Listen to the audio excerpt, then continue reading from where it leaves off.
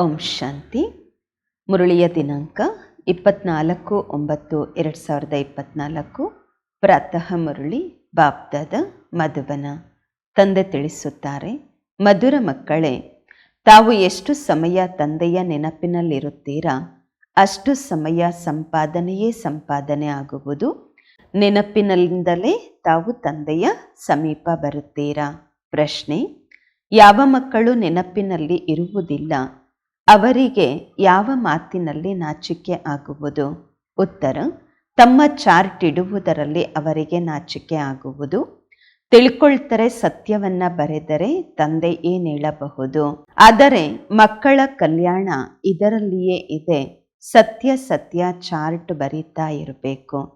Chart ಬರೆಯುವುದರಲ್ಲಿ ಬಹಳ ಲಾಭವಿದೆ. ಬಾಬಾ ಹೇಳುತ್ತಾರೆ, ಮಕ್ಕಳೇ, ಇದರಲ್ಲಿ ನಾಚಿಕೆ ಪಡಬೇಡಿ. ಓಂ ಶಾಂತಿ. ಆತ್ಮಿಕ ತಂದೆ ಕುಳಿತು ಮಕ್ಕಳಿಗೆ ತಿಳಿಸುತ್ತಾರೆ, ಈಗ ತಾವು ಮಕ್ಕಳು 15 ನಿಮಿಷಗಳಿಗೆ ಮೊದಲೇ ಬಂದು ಇಲ್ಲಿ ತಂದೆಯ ನೆನಪಿನಲ್ಲಿ ಕುಳಿತುಕೊಳ್ಳುತ್ತೀರಾ. ಈಗ ಇಲ್ಲಿ ಬೇರೆ ಯಾವುದೇ ಕೆಲಸ ಇರುವುದಿಲ್ಲ. ತಂದೆಯ ನೆನಪಿನಲ್ಲಿ ಕುಳಿತುಕೊಳ್ಳುತ್ತೀರಾ. ಭಕ್ತಿ ಮಾರ್ಗದಲ್ಲಂತೂ ತಂದೆಯ ಪರಿಚಯ ಇರುವುದಿಲ್ಲ. ಇಲ್ಲಿ ತಂದೆಯ ಪರಿಚಯ ಸಿಕ್ಕಿದೆ ಮತ್ತು ತಂದೆ ಹೇಳ್ತಾರೆ, ಮಕ್ಕಳೇ, ನನ್ನನ್ನು ನೆನಪು ಮಾಡಿ. ನಾನಂತೂ ಎಲ್ಲ ಮಕ್ಕಳಿಗೆ ತಂದೆಯಾಗಿದ್ದೇನೆ. ತಂದೆಯನ್ನು ನೆನಪು ಮಾಡುವುದರಿಂದ ಆಸ್ತಿಯಂತೂ ಆಟೋಮೆಟಿಕಲಿ ನೆನಪು ಬರುವುದು. ಚಿಕ್ಕ ಮಕ್ಕಳು ಅಂತೂ ಇಲ್ಲ ಅಲ್ವಾ? ಬಲೆ ಬರೀತಾರೆ ನಾವು 5 ತಿಂಗಳು ಅಥವಾ 2 ತಿಂಗಳ ಮಕ್ಕಳು ಎಂದು. ಆದರೆ ತಮ್ಮ ಕರ್ಮೇಂದ್ರಿಯಗಳಂತೂ ದೊಡ್ಡದಿವೆ ಅಂದಾಗ ಆತ್ಮಿಕ ತಂದೆ ತಿಳಿಸುತ್ತಾರೆ, ಇಲ್ಲಿ ತಂದೆ ಮತ್ತು ಆಸ್ತಿಯ ನೆನಪಿನಲ್ಲಿ ಕುಳಿತುಕೊಳ್ಳಬೇಕು. ತಿಳಿದುಕೊಂಡಿದ್ದೀರಾ, ನಾವು ನರನಿಂದ ನಾರಾಯಣ ಆಗುವ ಪುರುಷಾರ್ಥದಲ್ಲಿ ತತ್ಪರರಾಗಿದ್ದೇವೆ ಮತ್ತು ಸ್ವರ್ಗದಲ್ಲಿ ಹೋಗಲು ಪುರುಷಾರ್ಥ ಮಾಡುತ್ತಿದ್ದೇವೆ ಅಂದಾಗ ಇದನ್ನು ಮಕ್ಕಳು ನೋಟ್ ಮಾಡಿಕೊಳ್ಳಬೇಕು. ನಾವು ಇಲ್ಲಿ ಕುಳಿತಿದ್ದಂತೆಯೇ ಎಷ್ಟು ಸಮಯ ನೆನಪು ಮಾಡಿದೆವು. ಬರೆಯುವುದರಿಂದ ತಂದೆಗೆ ಗೊತ್ತಾಗುವುದು. ಈ ರೀತಿ ಎಲ್ಲ ತಂದೆಗೆ ಗೊತ್ತಾಗತ್ತೆ ನಾವು ಪ್ರತಿಯೊಬ್ಬರು ಎಷ್ಟು ಸಮಯ ನೆನಪಲ್ಲಿರ್ತೀವಿ ಅನ್ನೋದು ಬಾಬ್ರವ್ರಿಗೆ ಗೊತ್ತಿರುತ್ತೆ ಅಂತ ಅಲ್ಲ. ಪ್ರತಿಯೊಬ್ಬರು ತಮ್ಮ ಚಾರ್ಟಿಂದ ತಿಳ್ಕೊಳ್ಬಹುದು ತಂದೆಯ ನೆನಪಿತ್ತಾ ಅಥವಾ ಬುದ್ಧಿ ಎಲ್ಲಾದರೂ ಅನ್ಯ ಕಡೆ ಹೋಯ್ತಾ, ಬೇರೆ ಕಡೆ. ಇದು ಸಹ ಬುದ್ಧಿಯಲ್ಲಿ ಇರಬೇಕು. ಈಗ ಬಾಬ್ರವ್ರು ಬಂದಿದ್ದಾರೆ, ಇದು ಸಹ ನೆನಪಿನಲ್ಲಿ ನಿಲ್ಲಬೇಕು ಅಲ್ವಾ? ಎಷ್ಟು ಸಮಯ ನೆನಪು ಮಾಡಿದ್ವಿ? ಈ ಚಾರ್ಟನ್ನು ಸತ್ಯವಾಗಿ ಬರೀಬೇಕು. ಸುಳ್ಳು ಬರೆಯುವುದರಿಂದ ಮತ್ತಷ್ಟು 100ಕ್ಕೆ 100ರಷ್ಟು ಪಾಪವಾಗುವುದು, ಮತ್ತಷ್ಟು ನಷ್ಟವಾಗುವುದು. ಆದ್ದರಿಂದ ಸತ್ಯವನ್ನು ಬರೆಯಬೇಕು. ಎಷ್ಟು ನೆನಪು ಮಾಡಿದೆವು ಅಷ್ಟು ವಿಕರ್ಮಗಳು ವಿನಾಶವಾಗುತ್ತವೆ. ಮತ್ತು ಇದನ್ನು ಸಹ ತಾವು ತಿಳಿದುಕೊಂಡಿದ್ದೀರಾ, ನಾವು ಎಷ್ಟು ನೆನಪು ಮಾಡುತ್ತೇವೆ ಅಷ್ಟು ತಂದೆಯ ಸಮೀಪ ಬರುತ್ತೇವೆ. ಕೊನೆಗೆ ಯಾವಾಗ ನೆನಪು ಪೂರ್ಣವಾಗತ್ತೆ ಆಗ ನಾವು ಪುನಃ ತಂದೆಯ ಬಳಿ ಹೊರಟು ಹೋಗುತ್ತೇವೆ. ನಂತರ ಕೆಲವರು ತಕ್ಷಣ ಹೊಸ ಪ್ರಪಂಚದಲ್ಲಿ ಬಂದು ಪಾತ್ರ ಮಾಡುತ್ತಾರೆ. ಅಲ್ಲಿ ಪರಮಧಾಮದಲ್ಲಿ ಯಾರು ಕುಳಿತುಕೊಳ್ಳುವುದಿಲ್ಲ. ಅಲ್ಲಿ ಯಾವುದೇ ಸಂಕಲ್ಪ ಬರುವುದಿಲ್ಲ. ಅದಾಗಿದೆ ಮುಕ್ತಿಧಾಮ. ದುಃಖ ಸುಖದಿಂದ ಭಿನ್ನವಾಗಿರುತ್ತೇವೆ. ಸುಖಧಾಮದಲ್ಲಿ ಹೋಗಲು ಈಗ ತಾವು ಪುರುಷಾರ್ಥ ಮಾಡುತ್ತಿದ್ದೀರಾ. ಎಷ್ಟೆಷ್ಟು ತಾವು ನೆನಪು ಮಾಡುತ್ತೀರಾ ಅಷ್ಟು ವಿಕರ್ಮಗಳು ವಿನಾಶವಾಗುತ್ತವೆ. ನೆನಪಿನ ಚಾರ್ಟ್ ಇಡುವುದರಿಂದ ಜ್ಞಾನದ ಧಾರಣೆಯು ಚೆನ್ನಾಗಿ ಆಗುವುದು. ಚಾರ್ಟ್ ಇಡುವುದರಲ್ಲಿ ಲಾಭವೇ ಲಾಭವಿದೆ. ತಂದೆಗೆ ಗೊತ್ತಿದೆ, ನೆನಪಿನಲ್ಲಿ ಇಲ್ಲದ ಕಾರಣದಿಂದಾಗಿ ಚಾರ್ಟ್ ಬರೆಯುವುದರಲ್ಲಿ ನಾಚಿಕೆ ಬರುತ್ತೆ. ಬಾಬರವ್ರು ಏನು ಹೇಳ್ತಾರೆ, ಮುರಳಿಯಲ್ಲಿ ಹೇಳಿಬಿಡ್ತಾರೆ ಅಲ್ವಾ? ಬಾಬಾ ಹೇಳ್ತಾರೆ, ಇದರಲ್ಲಿ ನಾಚಿಕೆಯ ಮಾತೇನಿದೆ? ಮನಸ್ಸಲ್ಲಿ ಪ್ರತಿಯೊಬ್ಬರು ತಿಳ್ಕೊಳ್ಬಹುದು ನಾವು ನೆನಪು ಮಾಡುತ್ತಾ ಇದ್ದೀವಾ ಅಥವಾ ಇಲ್ವಾ. ಕಲ್ಯಾಣಕಾರಿ ತಂದೆಯಂತೂ ತಿಳಿಸ್ಕೊಡ್ತಾರೆ, ನೋಟ್ ಮಾಡಿಕೊಳ್ತೀರಾ, ಆಗ ಕಲ್ಯಾಣ ಆಗತ್ತೆ. ಬಾಬಾ ಬರುವವರೆಗೆ ಅಂದರೆ ಮುರಳಿ ಪ್ರಾರಂಭ ಆಗುವವರೆಗೆ ಅಷ್ಟು ಸಮಯ ಯಾರು ತಂದೆಯ ನೆನಪಿನಲ್ಲಿ ಇರ್ತಾರೆ, ನೆನಪಿನ ಚಾರ್ಟ್ ಎಷ್ಟಿತ್ತು ವ್ಯತ್ಯಾಸ ನೋಡ್ಕೊಳ್ಬೇಕು. ಪ್ರಿಯವಾದಂತಹ ವಸ್ತುವನ್ನು ಬಹಳ ನೆನಪು ಮಾಡಲಾಗತ್ತೆ. ಕುಮಾರ ಕುಮಾರಿಯರಿಗೆ ನಿಶ್ಚಿತಾರ್ಥ ಆಯಿತು ಅಂತ ಅಂದರೆ ಮನಸ್ಸಲ್ಲಿ ಪರಸ್ಪರ ಒಬ್ಬರ ನೆನಪಲ್ಲಿ ಒಬ್ಬರು ಇರ್ತಾರೆ ಅಲ್ವಾ? ಮತ್ತೆ ವಿವಾಹ ಆಗುವುದರಿಂದ ಪಕ್ಕ ಆಗ್ಬಿಡತ್ತೆ. ನೋಡದೆ ತಿಳ್ಕೊಂಬಿಡುತ್ತಾರೆ, ನೋಡೇ ಇರಲ್ಲ ಆದರೆ ತಿಳ್ಕೊಳ್ತಾರೆ, ನಮ್ಮ ನಿಶ್ಚಿತಾರ್ಥ ಆಗಿದೆ ಅಂತ ನೆನಪು ಮಾಡ್ಲಿಕ್ಕೆ ಶುರು ಮಾಡ್ತಾರೆ. ಈಗ ತಾವು ಮಕ್ಕಳು ತಿಳಿದುಕೊಂಡಿದ್ದೀರಾ, ಶಿವ ತಂದೆ ನಮ್ಮ ಬೇಹದ್ದಿನ ತಂದೆಯಾಗಿದ್ದಾರೆ. ಬಲೆ ನೋಡಿಲ್ಲ ಆದರೆ ಬುದ್ಧಿಯಿಂದ ತಿಳ್ಕೊಂಡಿದ್ದೀರಾ, ಆ ತಂದೆ ನಾಮರೂಪದಿಂದ ಭಿನ್ನವಾಗಿರುವಂತಹವರಲ್ಲ. ಒಂದು ವೇಳೆ ಭಿನ್ನವಾಗಿದ್ದಾರೆ ಅಂದರೆ ಪೂಜೆ ಯಾರಿಗೆ ಮಾಡ್ತೀರಾ, ನೆನಪು ಯಾಕೆ ಮಾಡ್ತೀರಾ? ನಾಮರೂಪದಿಂದ ಭಿನ್ನವಾಗಿರುವಂತಹ ಅಂತಾಗಿರುವಂತಹ ಯಾವುದೇ ವಸ್ತು ಇರಲು ಸಾಧ್ಯವಿಲ್ಲ. ಅವಶ್ಯವಾಗಿ ವಸ್ತುಗಳನ್ನು ನೋಡಲಾಗತ್ತೆ, ಆಗಲೇ ವರ್ಣನೆ ಮಾಡ್ತೀವಿ. ಆಕಾಶವನ್ನು ಕೂಡ ನೋಡ್ತೀವಿ ಅಲ್ವಾ, ಅಂತಂತ ಹೇಳಲಿಕ್ಕಾಗಲ್ಲ, ಅಂತ್ಯನೇ ಇಲ್ಲ ಅಂತ ಹೇಳಲಿಕ್ಕಾಗೋದಿಲ್ಲ. ಭಕ್ತಿ ಮಾರ್ಗದಲ್ಲಿ ಭಗವಂತನನ್ನ ನೆನಪು ಮಾಡ್ತೀವಿ, ಏ ಭಗವಂತ ಅಂತ ಹೇಳಿ, ಅಂದರೆ ಅಂತ್ಯವಿಲ್ಲ ಅಂತ ಹೇಳಲಿಕ್ಕಾಗತ್ತಾ? ಏ ಭಗವಂತ ಎಂದು ಹೇಳುವುದರಿಂದ ತಕ್ಷಣ ಅವರ ನೆನಪು ಬರುತ್ತದೆ. ಅಂದಾಗ ಅವಶ್ಯವಾಗಿ ಏನಾದರೂ ವಸ್ತು ಇದೆ, ಇರೋದ್ರಿಂದನೇ ಕರಿತೀವಿ, ಅವರಿದ್ದಾರೆ, ಭಗವಂತ ನಾಮರೂಪದಿಂದ ಭಿನ್ನವಾಗಿಲ್ಲ. ಆತ್ಮನನ್ನು ತಿಳ್ಕೊಳ್ಳಾಗತ್ತೆ, ನೋಡಲಿಕ್ಕಾಗೋದಿಲ್ಲ. ಎಲ್ಲ ಆತ್ಮರಿಗೆ ಒಬ್ಬರೇ ತಂದೆಯಾಗಿದ್ದಾರೆ, ಅವರನ್ನು ತಿಳಿದುಕೊಂಡಿದ್ದೇವೆ. ತಾವು ಮಕ್ಕಳು ತಿಳಿದುಕೊಂಡಿದ್ದೀರಾ, ತಂದೆ ಬಂದು ವಿದ್ಯಾಭ್ಯಾಸ ಮಾಡಿಸ್ತಾರೆ. ಮೊದಲು ಇದು ಸಹ ಗೊತ್ತಿರಲಿಲ್ಲ ಅಲ್ವಾ, ತಂದೆ ಓದಿಸ್ತಾರೆ ಎಂದು. ಶ್ರೀಕೃಷ್ಣನ ಹೆಸರನ್ನು ಹಾಕ್ಬಿಟ್ಟಿದ್ದಾರೆ. ಶ್ರೀಕೃಷ್ಣನನ್ನು ಈ ನೇತ್ರಗಳಿಂದ ನೋಡಲು ಸಾಧ್ಯ ಇದೆ, ಕಣ್ಣಿಗೆ ಕಾಣಿಸ್ತಾರೆ ಅವರು. ಅವರಿಗೋಸ್ಕರ ಅಂತಂದರೆ ಅಂತ್ಯನೇ ಇಲ್ಲ ಅಂತ ಹೇಳಲ್ಲ, ನಾಮರೂಪದಿಂದ ಭಿನ್ನವಾಗಿರುವಂತಹವರು ಅಂತ ಹೇಳೋದಿಲ್ಲ. ಶ್ರೀಕೃಷ್ಣ ಎಂದಿಗೂ ಈ ರೀತಿ ಹೇಳುವುದಿಲ್ಲ, ನನ್ನನ್ನು ನೆನಪು ಮಾಡಿ ಎಂದು. ಅವರಂತೂ ಸನ್ಮುಖದಲ್ಲಿದ್ದಾರೆ, ಅವರಿಗೆ ತಂದೆ ಎಂದು ಸಹ ಹೇಳುವುದಿಲ್ಲ. ಮಾತೆಯರು ಶ್ರೀಕೃಷ್ಣನನ್ನ ಮಗ ಎಂದು ತಿಳಿದು ಮಡಿಲಲ್ಲಿ ಕೂರಿಸ್ಕೊಳ್ತಾರೆ. ಜನ್ಮಾಷ್ಟಮಿಯಂದು ಮುದ್ದಾದಂತಹ ಚಿಕ್ಕ ಶ್ರೀಕೃಷ್ಣನನ್ನ ಉಯ್ಯಾಲೆಯಲ್ಲಿ ತೂಗಾಡುತ್ತಾರೆ. ಸದಾ ಚಿಕ್ಕದಾಗಿಯೇ ಇರ್ತಾರ ಅವರು. ಮತ್ತೆ ರಾಸ್ ವಿಲಾಸನ್ನು ಸಹ ತೋರಿಸಿದ್ದಾರೆ ಅಲ್ವಾ, ರಾಸ್ ಮಾಡ್ತಾರೆ. ಅವಶ್ಯವಾಗಿ ಸ್ವಲ್ಪ ದೊಡ್ಡವರಾಗ್ತಾರೆ, ಮತ್ತೆ ಇನ್ನೂ ದೊಡ್ಡವರಾಗ್ತಾರೆ. ಆಮೇಲೆ ಏನಾಯಿತು, ಎಲ್ಲಿ ಹೋದ್ರು, ಇದು ಯಾರಿಗೂ ಗೊತ್ತಿಲ್ಲ. ಚಿಕ್ಕ ಮಗುವಿನ ರೂಪದಲ್ಲೇ ಕೃಷ್ಣನನ್ನ ಸದಾ ತೂಗಾಡ್ತಾರೆ, ಪ್ರೀತಿ ಮಾಡ್ತಾರೆ. ಸದಾ ಚಿಕ್ಕ ಶರೀರವೇ ಇರೋದಿಲ್ಲ ಅಲ್ವಾ, ಏನೂ ವಿಚಾರನೇ ಬರೋದಿಲ್ಲ ಮನುಷ್ಯರಿಗೆ. ಈ ಪೂಜೆ ಎಲ್ಲ ಮಾಡುವ ಪದ್ಧತಿ ಎಲ್ಲ ನಡೆದು ಬಂದಿದೆ, ಜ್ಞಾನವಂತೂ ಯಾರಲ್ಲೂ ಇಲ್ಲ. ತೋರಿಸ್ತಾರೆ ಶ್ರೀಕೃಷ್ಣ ಕಂಸಪುರಿಯಲ್ಲಿ ಜನ್ಮವನ್ನು ಪಡ್ಕೊಂಡ್ರು ಎಂದು. ಈಗ ಕಂಸಪುರಿಯ ಮಾತಂತೂ ಇಲ್ಲವೇ ಇಲ್ಲ, ಯಾರು ವಿಚಾರನೂ ಮಾಡೋದಿಲ್ಲ. ಭಕ್ತರಂತೂ ಹೇಳ್ತಾರೆ ಶ್ರೀಕೃಷ್ಣ ಹಜೂರ್ ಆಗಿದ್ದಾರೆ ಅಂತ. ಮತ್ತೆ ಅವರಿಗೆ ಸ್ನಾನನೂ ಮಾಡಿಸ್ತಾರೆ, ತಿನ್ನಿಸ್ತಾರೆ. ಈಗ ಅವರಂತೂ ತಿನ್ನೋದಿಲ್ಲ, ಇಡ್ತಾರೆ, ಮೂರ್ತಿಯ ಸನ್ಮುಖದಲ್ಲಿ ಇಡ್ತಾರೆ, ಮತ್ತೆ ಸ್ವಯಂ ತಿಂತಾರೆ. ಇದೆಲ್ಲ ಭಕ್ತಿ ಮಾರ್ಗವಾಗಿದೆ. ಶ್ರೀನಾಥ ಮಂದಿರದಲ್ಲಿ ಎಷ್ಟೊಂದು ಭೋಗ ಇಡುತ್ತಾರೆ, ಅವರೇನು ತಿನ್ನೋದಿಲ್ಲ ಅಲ್ವಾ. ಮತ್ತೆ ಇವರು ಪೂಜಾರಿಗಳು ಸ್ವಯಂ ತಿಂತಾರೆ. ದೇವಿಯರ ಪೂಜೆಯಲ್ಲಿಯೂ ಕೂಡ ಹಾಗೆ ಮಾಡುತ್ತಾರೆ. ಸ್ವಯಂವೇ ದೇವಿಯರನ್ನ ತಯಾರು ಮಾಡ್ತಾರೆ, ಅವರಿಗೆ ಪೂಜೆ ಎಲ್ಲ ಮಾಡ್ತಾರೆ, ಮತ್ತೆ ನೀರಲ್ಲಿ ಮುಳುಗಿಸ್ಬಿಡ್ತಾರೆ. ಆಭರಣಗಳೆಲ್ಲ ತೆಗಿತಾರೆ, ಮುಳುಗಿಸ್ಬಿಡ್ತಾರೆ. ಅಲ್ಲಂತೂ ಬಹಳ ಇರುತ್ತೆ.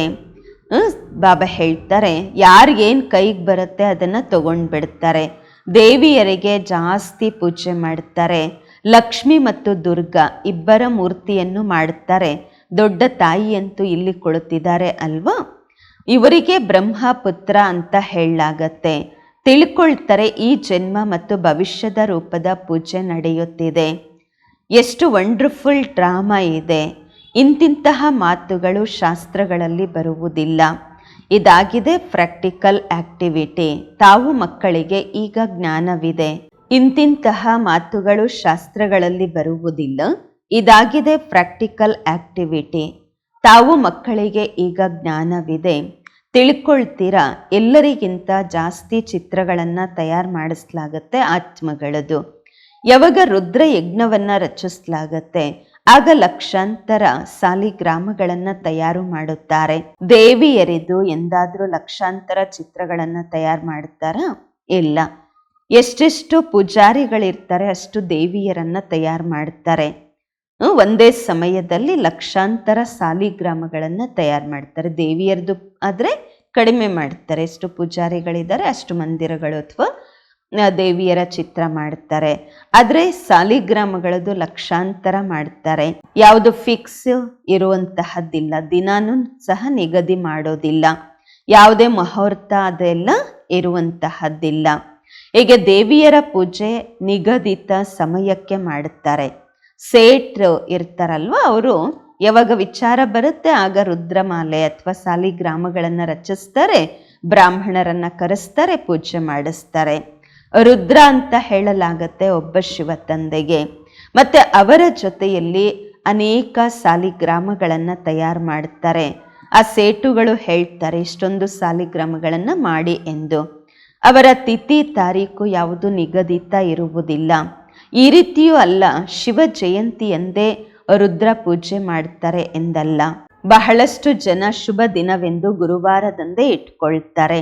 ದೀಪಾವಳಿಯಂದು ಲಕ್ಷ್ಮಿಯ ಚಿತ್ರವನ್ನ ತಟ್ಟೆಯಲ್ಲಿ ಇಟ್ಕೊಂಡು ಪೂಜೆ ಮಾಡುತ್ತಾರೆ, ಮತ್ತೆ ಇಟ್ಟು ಬಿಡುತ್ತಾರೆ, ಮಂದಿರದಲ್ಲಿ ಇಟ್ಟು ಬಿಡುತ್ತಾರೆ ಅಥವಾ ದೇವ್ರ ಮನೆಯಲ್ಲಿ ಇಡ್ತಾರೆ. ಅವರು ಮಹಾಲಕ್ಷ್ಮಿ ಯುಗಲಾಗಿದ್ದಾರಲ್ವ. ಮನುಷ್ಯರು ಈ ಮಾತುಗಳನ್ನು ತಿಳಿದುಕೊಂಡಿಲ್ಲ. ಲಕ್ಷ್ಮಿಗೆ ಹಣ ಎಲ್ಲಿಂದ ಸಿಗುವುದು? ಯುಗಲ್ಲಂತೂ ಬೇಕು ಅಲ್ವಾ? ಈ ಲಕ್ಷ್ಮೀ ನಾರಾಯಣ ಯುಗಲ್ಲಾಗಿದ್ದಾರೆ. ಹೆಸರು ಮತ್ತೆ ಮಹಾಲಕ್ಷ್ಮಿ ಅಂತ ಇಟ್ಟು ಬಿಡುತ್ತಾರೆ. ದೇವಿಯರು ಯಾವಾಗಾದ್ರೂ ಮಹಾಲಕ್ಷ್ಮಿ ಯಾವಾಗಿದ್ದು ಹೋದ್ರು? ಈ ಎಲ್ಲ ಮಾತುಗಳನ್ನು ಮನುಷ್ಯರು ತಿಳಿದುಕೊಂಡಿಲ್ಲ. ನಿಮಗೆ ಈಗ ತಂದೆ ಕುಳಿತು ತಿಳಿಸುತ್ತಾರೆ, ನಿಮ್ಮಲ್ಲಿಯೂ ಸಹ ಎಲ್ಲರಿಗೂ ಏಕರಸವಾಗಿ ಧಾರಣೆ ಆಗುವುದಿಲ್ಲ. ಬಾಬಾ ಇಷ್ಟೆಲ್ಲ ತಿಳಿಸುತ್ತಾರೆ, ಮತ್ತೆಯೂ ಕೂಡ ಹೇಳುತ್ತಾರೆ, ಶಿವ ತಂದೆಯ ನೆನಪಿದೆಯಾ? ಹೆಸರು ಮತ್ತೆ ಮಹಾಲಕ್ಷ್ಮಿ ಅಂತ ಇಡ್ತಾರೆ. ದೇವಿಯರು ಯಾವಾಗಾಗಿದ್ರು, ಮಹಾಲಕ್ಷ್ಮಿ ಯಾವಾಗಿದ್ದು ಹೋದ್ರು? ಈ ಎಲ್ಲ ಮಾತುಗಳನ್ನು ಮನುಷ್ಯರು ತಿಳಿದುಕೊಂಡಿಲ್ಲ. ತಮಗೀಗ ತಂದೆ ಕುಳಿತು ತಿಳಿಸುತ್ತಾರೆ, ತಮ್ಮಲ್ಲಿಯೂ ಕೂಡ ಎಲ್ಲರಿಗೂ ಏಕರಸ ಧಾರಣೆ ಆಗುವುದಿಲ್ಲ. ಬಾಬಾ ಇಷ್ಟೆಲ್ಲವನ್ನ ತಿಳಿಸಿ ಮತ್ತೆಯೂ ಹೇಳುತ್ತಾರೆ, ಶಿವ ತಂದೆಯ ನೆನಪಿದೆಯಾ? ಆಸ್ತಿಯ ನೆನಪಿದೆಯಾ? ಮೂಲ ಮಾತೆ ಇದಾಗಿದೆ. ಭಕ್ತಿ ಮಾರ್ಗದಲ್ಲಿ ಎಷ್ಟೊಂದು ಹಣವನ್ನ ವ್ಯರ್ಥ ಮಾಡುತ್ತಾರೆ. ಇಲ್ಲಿ ನಿಮ್ಮ ಒಂದೊಂದು ಪೈಸೆಯೂ ಸಹ ವ್ಯರ್ಥ ಆಗುವುದಿಲ್ಲ. ತಾವು ಸರ್ವಿಸ್ ಮಾಡುತ್ತೀರಾ ಸಾಲ್ವೆಂಟ್ ಆಗ್ಲಿಕ್ಕೋಸ್ಕರ. ಭಕ್ತಿ ಮಾರ್ಗದಲ್ಲಿ ಬಹಳಷ್ಟು ಹಣವನ್ನ ಖರ್ಚು ಮಾಡುತ್ತಾರೆ, ಇನ್ಸಾಲ್ವೆಂಟೇ ಆಗ್ತಾರೆ. ಎಲ್ಲವೂ ಮಣ್ಣು ಪಾಲಾಗುವುದು. ಎಷ್ಟು ವ್ಯತ್ಯಾಸವಿದೆ. ಈ ಸಮಯದಲ್ಲಿ ಏನೆಲ್ಲ ಮಾಡುತ್ತೀರಾ ಅದು ಈಶ್ವರೀಯ ಸೇವೆಯಲ್ಲಿ ಮಾಡುತ್ತೀರಾ, ಶಿವ ತಂದೆಗೆ ಮಾಡುತ್ತೀರಾ. ಶಿವ ತಂದೆ ತಿನ್ನುವುದಿಲ್ಲ, ತಿನ್ನೋದಂತೂ ತಾವೇನೆ. ಬಾಬ್ರೂರ ಕಾರ್ಯ ಬಾಬ್ರೂರಿಗೆ ಅಂತ ಮಾಡ್ತೀರಾ, ಆದರೆ ತಿನ್ನೋದು ಬಾಬಾ ಅಲ್ಲ. ಬಾಬಾ ಹೇಳ್ತಾರೆ ತಾವೇ ತಿಂತೀರಾ. ತಾವು ಬ್ರಾಹ್ಮಣರು ಮಧ್ಯದಲ್ಲಿ ಟ್ರಸ್ಟಿಗಳಾಗಿದ್ದೀರಾ. ಬ್ರಹ್ಮರವರಿಗೂ ಕೊಡುವುದಿಲ್ಲ, ತಾವು ಶಿವ ತಂದೆಗೆ ಕೊಡ್ತೀರಾ. ಹೇಳ್ತೀರಾ ಬಾಬಾ ನಿಮಗಾಗಿ ಈ ಧೋತಿ ಇದೆಲ್ಲ ತಂದಿದ್ದೀವಿ ಅಂತ ಹೇಳಿ. ಬಾಬಾ ಹೇಳ್ತಾರೆ ಇದನ್ನು ಕೊಡುವುದರಿಂದ ನಿಮಗೆ ಏನು ಜಮಾ ಆಗುವುದಿಲ್ಲ. ಜಮಾ ಆಗತ್ತೆ ನೀವು ಶಿವ ತಂದೆಯನ್ನು ನೆನಪು ಮಾಡಿ ಇವರಿಗೆ ಕೊಟ್ಟರೆ. ಅಂದರೆ ಏನೋ ಸೇವೆ ಮಾಡ್ತೀವಿ, ಬಾಬ್ರೂರನ್ನ ನೆನಪು ಮಾಡಿ ಬಾಬನ್ ಕಾರ್ಯ ಅಂತ ಮಾಡಿದಾಗ ಅದು ಜಮಾ ಆಗತ್ತೆ. ಅಥವಾ ಇವ್ರಿಗೆ ಕೊಡ್ತೀವಿ ಅವ್ರಿಗೆ ಕೊಡ್ತೀವಿ ಅಂತ ಮಾಡಿದ್ರೆ ಆಗೋದಿಲ್ಲ. ನಂತರ ಇದಂತೂ ತಿಳ್ಕೊಂಡಿದ್ದೀರಾ, ಬ್ರಾಹ್ಮಣರು ಶಿವ ತಂದೆಯ ಖಜಾನೆಯಿಂದಲೇ ಬೆಳೀತಾರೆ, ಪಾಲನೆ ಪಡ್ಕೊಳ್ತಾರೆ. ಬಾಬಾರವರನ್ನ ಕೇಳುವ ಅವಶ್ಯಕತೆಯಾದರೂ ಏನಿದೆ? ಏನು ಕಳಿಸ್ಬೇಕು ಅಂತ ಹೇಳಿಬಿಟ್ಟು ಕೆಲವ್ರು ಹೇಳ್ತಾರಲ್ವ, ಇದು ಕೊಡೋದ ಅದು ಕೊಡೋದ ಅದು ಮಾಡೋದ ಅಂತ. ನೀವು ಯಾಕೆ ಕೇಳಬೇಕು ಬಾಬರವರನ್ನ? ಎಲ್ಲ ಯೂಸ್ ಆಗತ್ತೆ. ಬಾಬಾ ಅಂತೂ ಉಪಯೋಗಿಸೋದಿಲ್ಲ, ಸೇವೆಗೋಸ್ಕರ ಎಲ್ಲ ಉಪಯೋಗ ಆಗತ್ತೆ. ಶಿವ ತಂದೆಯಂತೂ ಏನು ತೆಗೆದುಕೊಳ್ಳುವುದಿಲ್ಲ. ನಿಮ್ಮ ಜಮಾ ಅಂತೂ ಆಗೋದಿಲ್ಲ. ಅದು ಮಾಡ್ಲಾ ಇದು ಮಾಡ್ಲಾ ಅದು ಕೊಡ್ಲಾ ಇದು ಕೊಡ್ಲಾ ಅಂತ ಹೇಳಿ ಬ್ರಹ್ಮ ಬಾಬರವ್ರನ್ನ ನೆನಪು ಮಾಡಿಕೊಂಡು ಅಥವಾ ನಿಮಿತ್ತರನ್ನ ನೆನಪು ಮಾಡ್ಕೊಂಡು ಮಾಡೋದ್ರಿಂದ ಏನೂ ಜಮಾ ಆಗೋದಿಲ್ಲ. ಬಾಬಾ ಹೇಳ್ತಾರೆ ಒಂದು ವೇಳೆ ನೀವು ಬ್ರಹ್ಮ ತಂದೆಯನ್ನು ನೆನಪು ಮಾಡಿದ್ದೀರಾ ಅಂದರೆ ಏನು ಜಮಾ ಆಗಲ್ಲ. ಬ್ರಹ್ಮರವರಂತೂ ತಗೊಳ್ತಾರೆ ಶಿವ ತಂದೆಯ ಖಜಾನೆಯಿಂದ. ಅಂದಾಗ ಶಿವ ತಂದೆಯ ನೆನಪಿರುವುದು. ನಿಮ್ಮ ವಸ್ತುಗಳನ್ನು ಯಾಕೆ ತಗೊಳ್ತಾರೆ? BKSಗೆ ಕೊಡೋದು ಕೂಡ ರಾಂಗ್. ಅಂದರೆ ನಿಮಗೆ ಕೊಡ್ತಾ ಇದ್ದೀವಿ ಅಂತ ಹೇಳಿ ತಿಳ್ಕೊಂಡು ಕೊಡೋದು ಕೂಡ ತಪ್ಪಾಗಿದೆ. ಶಿವ ತಂದೆಯ ಕಾರ್ಯ, ಶಿವ ತಂದೆಯ ಸೇವೆಯಲ್ಲಿ ಕೊಡ್ತಿದ್ದೀವಿ ಅಂತ ಸೇವೆ ಮಾಡಿದಾಗ ಜಮಾ ಆಗತ್ತೆ. ಬಾಬಾ ತಿಳಿಸ್ಕೊಡ್ತಾರೆ, ನೀವು ಯಾರಿಂದಲೂ ವಸ್ತುಗಳನ್ನು ತಗೊಂಡು ಉಪಯೋಗಿಸಿದ್ದೀರಾ ಅಂದರೆ ಅವರ ನೆನಪು ಬರ್ತಾ ಇರತ್ತೆ. ಯಾವುದೇ ಸಣ್ಣ ಪುಟ್ಟ ವಸ್ತುಗಳನ್ನು ತಗೊಂಡು ಉಪಯೋಗಿಸಿದ್ದೀರಾ ಅಂದರೆ ಅವ್ರ ನೆನಪು ಬರೋದಿಲ್ಲ. ಒಳ್ಳೆ ವಸ್ತು ತಗೊಂಡಿದ್ದೀರಾ ಅಂದರೆ ಮತ್ತಷ್ಟು ನೆನಪು ಜಾಸ್ತಿ ಬರ್ತಾರೆ. ಇಂಥವ್ರು ಕೊಟ್ಟರು, ಇಂಥವ್ರಿಗೆ ಸೇವೆ ಮಾಡಿದ್ರು ಅಂತ ಹೇಳಿ ಅವ್ರಿಗೂ ಕೂಡ ಏನು ಜಮಾ ಆಗೋದಿಲ್ಲ, ಮತ್ತಷ್ಟು ನಷ್ಟವೇ ಆಗತ್ತೆ. ಶಿವ ತಂದೆ ಹೇಳುತ್ತಾರೆ, ನನ್ನನ್ನು ನೆನಪು ಮಾಡಿ. ನನಗೆ ಬಟ್ಟೆಗಳ ಅವಶ್ಯಕತೆಯೂ ಇಲ್ಲ, ಬಟ್ಟೆ ಅದೆಲ್ಲ ಮಕ್ಕಳಿಗೆ ಬೇಕು. ಶಿವ ತಂದೆಯ ಖಜಾನೆಯಿಂದ ಮಕ್ಕಳು ಧರಿಸುತ್ತಾರೆ, ಸ್ವೀಕರಿಸುತ್ತಾರೆ. ನನಗಂತೂ ನನ್ನ ಶರೀರವೇ ಇಲ್ಲ. ಇಲ್ಲಂತೂ ಶಿವ ತಂದೆಯ ಖಜಾನೆಯಿಂದ ಪಡೆದುಕೊಳ್ಳಲು ಎಲ್ಲರೂ ಹಕ್ಕುದಾರರಿದ್ದಾರೆ. ರಾಜ್ಯ ಪದವಿಗೂ ಹಕ್ಕುದಾರರಾಗಿದ್ದಾರೆ. ತಂದೆಯ ಮನೆಯಲ್ಲಿಯೇ ಮಕ್ಕಳು ತಿನ್ನೋದು ಕುಡಿಯೋದು ಮಾಡುತ್ತಾರಲ್ವ, ತಾವಂತೂ ಸೇವೆ ಮಾಡ್ತೀರಾ, ಸಂಪಾದನೆಯನ್ನ ಮಾಡ್ಕೊಳ್ತಾ ಇರ್ತೀರಾ. ಎಷ್ಟೆಷ್ಟು ಸರ್ವೀಸ್ ಮಾಡ್ತೀರಾ, ಯಾರೆಷ್ಟು ಜಾಸ್ತಿ ಸೇವೆ ಮಾಡ್ತಾರೆ ಅಷ್ಟು ಜಾಸ್ತಿ ಸಂಪಾದನೆ ಆಗತ್ತೆ. ತಿನ್ನೋದು ಕುಡಿಯೋದು ಎಲ್ಲ ಶಿವ ತಂದೆಯ ಭಂಡಾರದಿಂದ. ಶಿವಬಾಬರವರಿಗೆ ಕೊಡೋದಿಲ್ಲ ಅಂದಾಗ ಜಮಾನು ಕೂಡ ಆಗೋದಿಲ್ಲ, ಶಿವ ತಂದೆಗೆ ಕೊಡಲಾಗತ್ತೆ ಅಲ್ವಾ. ಬಾಬಾ, ನಿಮ್ಮಿಂದ ನಾವು ಭವಿಷ್ಯದ 21 ಜನ್ಮಗಳಿಗಾಗಿ ಪದಂಪತಿಗಳಾಗ್ತೇವೆ. ಹಣವಂತೂ ಸಮಾಪ್ತಿ ಆಗ್ಬಿಡತ್ತೆ, ಅದಕ್ಕೋಸ್ಕರ ಸಮರ್ಥ ತಂದೆಗೆ ನಾವು ಕೊಡ್ತೀವಿ ಅಂತ ತಿಳ್ಕೊಂಡು ಸೇವೆ ಮಾಡ್ತಾರೆ. ತಂದೆ ಸಮರ್ಥ ಆಗಿದ್ದಾರೆ ಅಲ್ವಾ, 21 ಜನ್ಮಗಳಿಗಾಗಿ ತಂದೆ ರಿಟರ್ನ್ ಕೊಡುತ್ತಾರೆ. ಹಣ ಅಂತೂ ಏನೂ ಇದೆ, ಅದು ವೇಸ್ಟ್ ಆಗಿಬಿಡತ್ತೆ, ಸಮಾಪ್ತಿ ಆಗತ್ತೆ, ಅದಕ್ಕೆ ಸಮರ್ಥ ತಂದೆಗೆ ಕೊಡಬೇಕು ಅಂತ ಯಾರು ಸೇವೆ ಮಾಡ್ತಾರೆ, ಬಾಬಾ ಹೇಳ್ತಾರೆ 21 ಜನ್ಮಗಳಿಗಾಗಿ ಬಾಬಾ ರಿಟರ್ನ್ ಮಾಡುತ್ತಾರೆ. ಇಂಡೈರೆಕ್ಟ್ ಆಗಿಯೂ ಕೂಡ ಈಶ್ವರಾರ್ಥವಾಗಿ ಕೊಡ್ತಾರೆ ಅಲ್ವಾ. ಇಂಡೈರೆಕ್ಟ್ ಆಗಿ ಅಷ್ಟು ಸಮರ್ಥತೆ ಇರುವುದಿಲ್ಲ. ಈಗಂತೂ ಬಹಳ ಸಮರ್ಥತೆ ಇದೆ, ಯಾಕೆಂದ್ರೆ ಬಾಬಾ ಡೈರೆಕ್ಟ್ ಆಗಿ ಬಂದಿದ್ದಾರೆ, ಸನ್ಮುಖದಲ್ಲಿ ಇದ್ದಾರೆ. ವರ್ಲ್ಡ್ ಆಲ್ಮೈಟಿ ಅಥಾರಿಟಿ, ತಂದೆ ಸರ್ವಶಕ್ತಿವಂತ ಈ ಸಮಯಕ್ಕೋಸ್ಕರ ಇದ್ದಾರೆ. ಈಶ್ವರ ಅರ್ಥವಾಗಿ ಏನೂ ದಾನ ಪುಣ್ಯ ಮಾಡುತ್ತಾರೆ ಭಕ್ತಿ ಮಾರ್ಗದಲ್ಲಿ, ಅಲ್ಪ ಕಾಲಕ್ಕೋಸ್ಕರ ಸ್ವಲ್ಪ ಸಿಗತ್ತೆ. ಇಲ್ಲಂತೂ ತಂದೆ ತಮಗೆ ತಿಳಿಸ್ಕೊಡುತ್ತಾರೆ, ಮಕ್ಕಳೇ ನಾನು ನಿಮ್ಮ ಸನ್ಮುಖದಲ್ಲಿದ್ದೇನೆ, ನಾನೇ ಕೊಡುವಂತಹವನಾಗಿದ್ದೇನೆ. ಇವರು ಶಿವ ತಂದೆಗೆ ಎಲ್ಲವನ್ನ ಕೊಟ್ಟು ಪೂರ್ತಿ ವಿಶ್ವದ ರಾಜ್ಯ ಭಾಗ್ಯವನ್ನ ಪಡೆದಿದ್ದಾರೆ. ಯಾರು?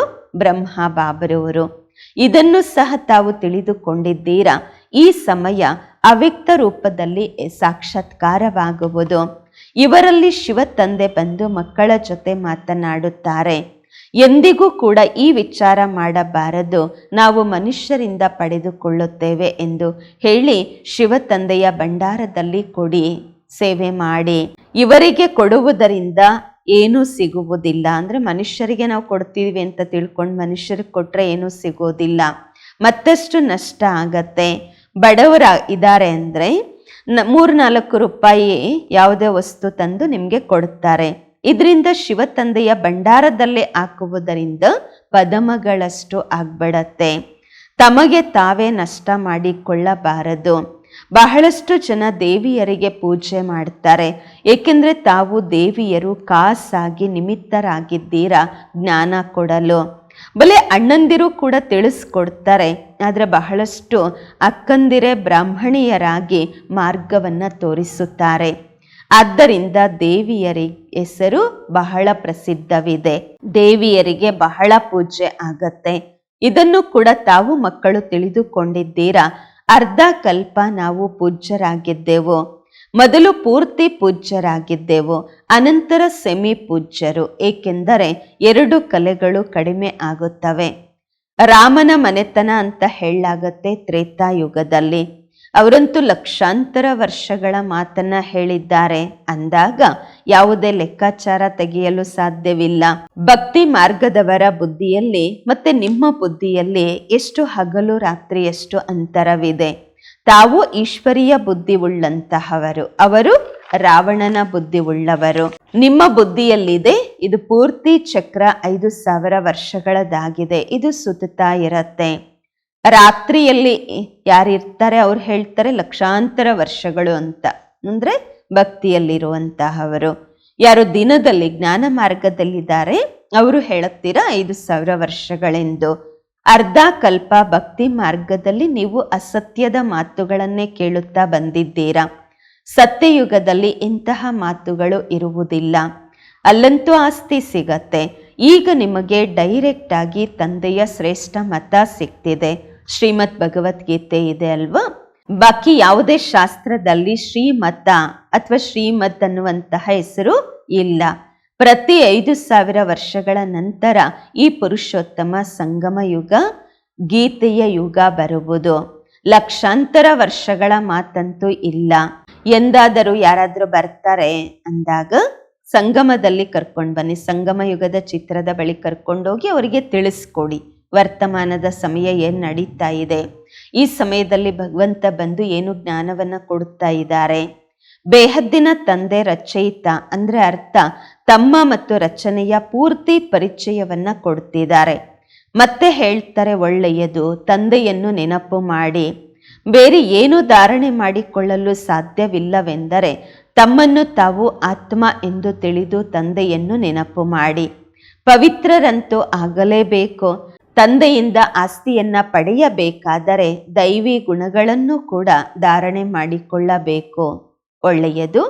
ಮಧುರಾತಿ ಮಧುರ ಅಗಲಿ ಹೋಗಿ ಮರಳಿ ಸಿಕ್ಕಿರುವ ಮಕ್ಕಳ ಪ್ರತಿಯಾಗಿ ಮಾತ್ಪಿತಾ ಬಾಬ್ದಾದರವರ ನೆನಪು, ಪ್ರೀತಿ, ಬೆಳಗಿನ ವಂದನೆಗಳು.